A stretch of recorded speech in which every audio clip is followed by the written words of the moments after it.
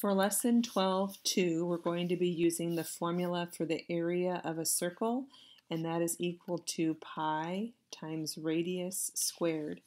I'll be working out three problems from pages 565 to 566, number 19, 20, and 21. Please make sure that you show all of your work on your note sheet. Starting with a picture, you can copy this picture onto your note sheet. And it is asking for how much of the lawn the sprinkler is going to water. So we're talking about all of this space right here that the sprinkler is going to water. But we're going to take away this small little flower bed at the end. So we're going to start by writing the formula, area equals pi times radius squared. And then we're going to substitute in the values that we know, in this case, which is the radius. And remember that 12 squared is not 12 times 2, it's 12 times 12. So it is okay for you to use your calculator as long as you show your work. I'm going to take 144 times pi. I'm not going to estimate it unless it says use 3.14 for pi. Go ahead and use your pi key on your keyboard or your online calculator that you're using. And when I hit equals, I get the whole area of the circle to be 452.38 and so forth. But I'm going to take away that portion that is the flower bed, which is 3 by 6. And 3 times 6 is 18.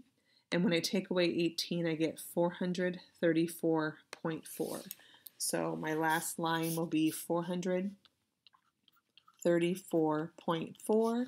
And back up a step if you wanted to put down minus 18 for that little flower bed right there. When we're talking about area, we are going to be talking about square units. In this case, it is feet, and square feet is my label. So please make sure you have all of that for number 19 on your note sheet. On the next page, we're going to be doing the problems at the top of the page on 566. For number 20, it's asking for the area of the CD shown at the right. So go ahead and draw this picture right here in your notebook, and then we will calculate the area of the larger circle and then take away the area of the smaller circle. So area equals pi r squared. Area equals pi, but my diameter is 12. So the radius is half of that, which is 6. So we're going to take 6 squared, which is 36. So area is equal to pi times 36. Okay, so when I multiply that out, I get 113.1 if I round. Okay, so 113.1, and that of course includes all of this area right here. So I have to take away this little circle here. So area equals pi r squared. Area equals pi times the diameter of that little tiny circle is 1.5 centimeters. So half of that is 0.75. And we're going to square that and then multiply it by pi to get the answer. So I'll bring my calculator back up and we will type it in, 0.75 squared, and then we're going to multiply that by pi to get 1.76, and we'll round that to 1.8. Okay, so our final area is the total take away that small circle. And so we will do one last calculation, 113.1, take away 1.8, and we get an answer of 111.3. So our final answer for number 20, area equals 111.3, and it is square centimeters. Please make sure all of that work is shown on your paper. For number 21, we have the General Sherman tree in Sequoia National Park, and it has a circumference. So we're going back to our circumference formula of circumference equals pi times diameter. And it says that the circumference is 102.6 feet.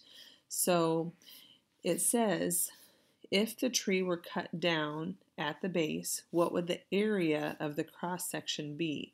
So this is kind of a multi-step problem. We're given the circumference, and so what we can do is we can plug that into our formula. 102.6 equals pi times diameter, and if we divide by pi on the right, we can isolate that variable d for the diameter. So I'm going to divide both sides by pi, and I'll bring up my calculator to find out what that answer is.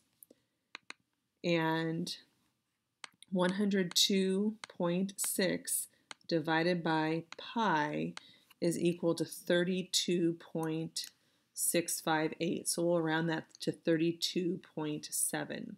Okay, so we know that the diameter is equal to 32.7. Now, how is that going to help us find the area of the cross section?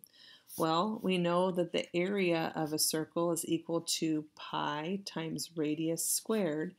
And now that we have found the diameter, we can take half of that and substitute it into our formula for area. So area is equal to pi times half of 32 is 16, and half of 70, 0.70 is 0.35, and we're going to square that. So again, it's totally fine for you to use a calculator as long as you're showing all of these steps.